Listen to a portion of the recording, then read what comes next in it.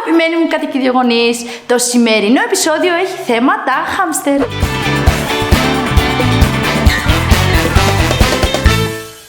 Στο σημερινό μας βίντεο λοιπόν θα μιλήσουμε για τα χάμστερ και πιο συγκεκριμένα τι διαδικασία να ακολουθήσετε πριν αποκτήσετε το χάμστερ ώστε να κάνετε τη σωστή επιλογή. Αποφασίζετε λοιπόν να πάρετε ένα χάμστερ, πηγαίνετε στο pet shop, εκεί πέρα θα βρείτε πάρα πολλά χαμστεράκια. Πόσο όμως θα καταλάβετε αν είναι υγιές, αν είναι σωστό το τρίχωμά του και όσο και αν σας φαίνεται περίεργο θα σας πω πώς να προσέξετε να μην είναι έγκυο το χαμστεράκι. Πάμε λοιπόν να δούμε. Λοιπόν, αρχικά θα ζητήσετε από τον εκτροφέα να βγάλει το χάμστερ που θα διαλέξετε ή που θα σας αρέσει, που θα έρθει να σας μυρίσει από το κλουβάκι για να το εξετάσετε εκτενέστερα. Αρχικά θα δείτε στα αυτάκια του να έχει τριχούλες μέσα. Όταν θα μεγαλώσει βέβαια θα πέσουν αυτές τις τριχούλες, αλλά είναι ένδειξη καλής υγείας να έχει τριχούλες μέσα στο αυτάκι του όταν είναι μωράκι. Επίσης θα προσπαθήσετε να πείτε στον εκτροφέα να σας δώσει όσο το δυνατόν μικρότερο σε ηλικία χαμστεράκι, ώστε να μπορέσει να σας μάθει από πολύ μωρό και να το εκπαιδεύσετε σωστά. Έπειτα θα δείτε γενικά να μην έχει γρατζουνιές, το τρίχωμά του να είναι ομοιόμορφο και ωραίο γυαλιστερό, όπως και τα ματάκια του να μην είναι θολά. Ίσως δείτε στο πίσω μέρος του κορμού του κάποιες κοιλίδες από έντονο τρίχωμα. Μη σας παραξενέψει αυτό, είναι πάρα πολύ φυσιολογικό. Δεν δείχνει ότι το ζωάκι έχει κάποια ασθένεια.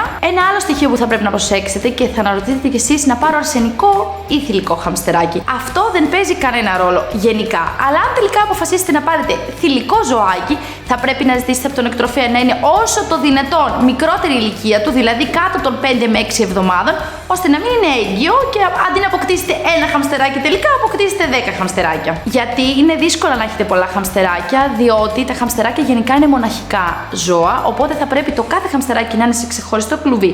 Αυτό το τονίζω και στην περίπτωση που σκεφτείτε να πάρω ένα χαμστεράκι ή δύο.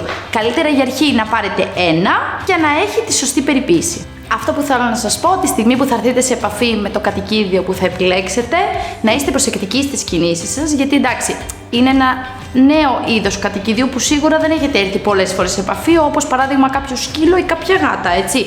Γι' αυτό να είστε χαλαροί. Δεν θα σας κάνει κάποια ζημιά, να μην κάνετε απότομες κινήσεις γιατί μπορεί να το τραυματίσετε. Είναι μικρούλι και ευαίσθητο, καταλαβαίνετε. Εδώ να πούμε ότι τα χαμστεράκια γενικά είναι πάρα πολύ εύκολα κατοικίδια, ζουν σε ένα κλουβί, χρειάζεται να τα ταΐζετε τουλάχιστον μία φορά την ημέρα. Γενικά όμως δεν θα σας προτείνω να το πάρετε και να το έχετε μόνο μέσα στο κλουβί. Είναι ωραίο να εξοικειωθείτε μαζί του, δηλαδή να παίζετε μαζί του. Έχει και διάφορα παιχνίδια που μπορείτε να αγοράσετε ώστε να το απασχολείτε, είτε να τρέχει, είτε να παίζει με κάποια σκοινιά. Γενικά είναι δραστήρια κατοικίδια. Και εδώ τελειώσαμε το βίντεό μας. Εννοείται θα ακολουθήσουν και άλλα βίντεο για τα χάμστερ, γιατί πιθανότητα σπανίζει να έχει κάποιος χαμστεράκι. Αλλά αν έχετε χαμστεράκι, γράψτε μου από κάτω σχολιάκι ή ανεβάστε μια εικόνα. Και κάντε subscribe για να μην χάσετε τα επόμενα βίντεο. Σας περιμένω. Φιλιά!